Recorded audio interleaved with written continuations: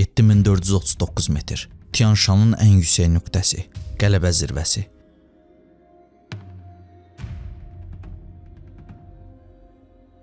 Bu dağ alpinistləri illərdə özünə çəkir. Amma bu zirvənin şöhrəti ilə yanaşı qorxunc bir gerçəkliklər də var. Bura qalxan 3 nəfərdən biri geri qayıtmır. Niyə bu dağ bu qədər təhlükəlidir? Sizə bu haqda məlumat verməyə çalışacağıq. Siz isə bizə dəstək olmaq üçün kanala abunə olaraq şərh yazmağı unutmayın. Qələbə zirvəsi Mərkəzi Asiyada yerləşən Tian Shan dağ sisteminin ən yüksək zirvəsidir. Bu əlçatmaz dağ Qırğızistan və Çin sərhədində təqribən 400 kilometr qədər uzanan Kakşaltau silsiləsində yerləşir. Relyefi sərt qayalar, iti zirvələr və iri buzlaqlarla seçilir. Bu dağa qalxmaq inanılmaz çətinliklərlə müşahidə olunur. Hava temperaturu -40 dərəcəyə qədər enir. Küləyin sürəti isə bəzən qasırğa gücünə çatır. Alpinistlər həftələrlə 6000 metr yuxarı hündürlükdə qalmalı, mürəkkəb buzlaq və qayalı sahələri dəf etməlidirlər. Bu isə gücün tükənməsinə, donmaya və həyati risklərin dəfələrlə artmasına səbəb olur.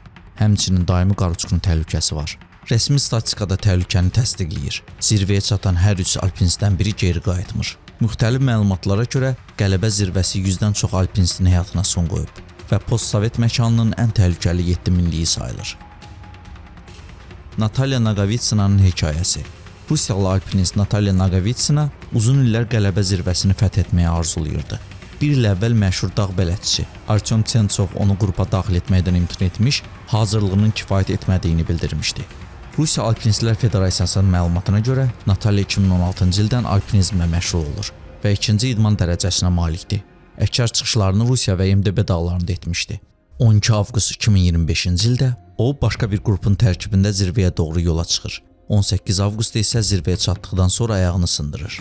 Onunla birlikdə Alman Günter Zygmunt və İtaliyalı Luca Sinigali də vardı. Sinigali 2021-ci ildə Nagovitsina və onun həyat yoldaşı Sergey ilə Xantegriyə çıxış etmişdi. O zaman Sergey həlak olmuş, Rusiyalılar isə İtalyan alpinistə kömək etmişdi. 2025-ci ildə isə hər şey əksinə baş verdi. Natalya yardım etməyə çalışan Sinigali donvurmadan ölür. Zygmunt isə ağır xəsarətlərlə Almaniyada müalicə olunur. Xilas etmə cəhdləri uğursuz olur. Qırğızistan Müdafiə Nazirliyinə məxsus vertolyot qəza keçirir. 19 avqustda başlayan ikinci ekspedisiya isə hava şəraitinə görə geri dönməyə məcbur olur. 23 avqustda Qırğızistan Fövqəladə Hallar Nazirliyinin onun sağ qalma ehtimalının sıfıra bərabər olduğunu elan edir. 27 avqustda Nagovitsina rəsmi olaraq itkin düşmüş hesab edilir. Elə həmin gün çıxışı təşkil edən tur şirkətinə qarşı cinayət işi açılır. Termal kameralarla aparılan havadan çəkiliş də həyat əlaməti göstərmirdi. Qələbə zirvəsində baş vermiş faciələr. Bu dağ bir çox alpinistin həyatını yarımçıq qoyub.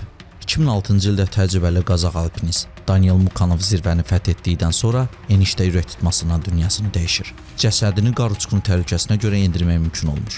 2007-ci ildə Buratiya Alpinistlər Federasiyasının prezidenti Sergey Baldanov təxminən 7200 metr hündürlükdə donaraq ölür. 2010-cu ildə Kiril Mokhovun ekspedisiyası faciə ilə nəticələnir. Mokhovun özü və alpinistlər Yuliya Yefremovla Andrey Baynazarov oksigen çatışmazlığından ölürlər. 2023-cü ilin iyulunda Rus və Litvalı alpinistlərdən ibarət qrup Dmitri və Svetlana Pavlenko qar uçqununda itib. Onların meyitləri tapılmır. 2025-ci ilin avqust ayında isə İranlı cütlük Məryəm Piləhvəri və Həsən Məşədoğlu eniş zamanı həyatını itirir. Zirvəyə çıxış tarixi. İlk dəfə 1938-ci ildə Leonid Gutman başda olmaqla bir qrup alpinist dağa qalxır. 1958-ci ildə isə Igor Yeroxtinin rəhbərliyində tələbə ekspedisiyası ilk dəfə dağın bütün silsiləsini keçir. 1970-ci illərdə zirvə populyarlaşır. Bir mövsümdə 63 nəfər qalxmağa nail olur. O zaman Lucia Agranovskaya SSR-in bütün 4-7 minliyini fəth edən ilk qadın kimi tarixə düşür. Buna baxmayaraq qələbə zirvəsi həmişə ən çətin və təhlükəli dağ olaraq qalır. Müasir alpinistlər də deyirlər ki, bu zirvəyə çıxmaq üçün maksimum təcrübə, intizam və təbiətə hörmət lazımdır. Mütəxəssislər bildirirlər ki, məhz ehtiyatlı taktika və komanda işi sayəsində zirvəni fəth etmək mümkün olur. Növbəti videonun sonu. İzlədiyiniz üçün təşəkkürlər.